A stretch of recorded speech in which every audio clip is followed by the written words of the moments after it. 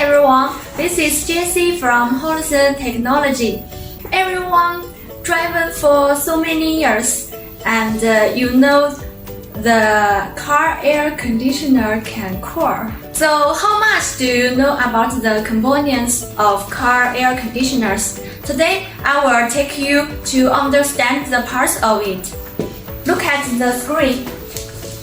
You can see these are our parts of the car air conditioner.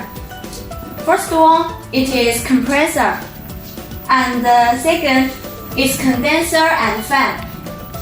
Third, it is dryer, and fourth, it is expansion valve. Okay, and last, it is evaporator and blower. One of them is called the heart of it. Do you know which one it is?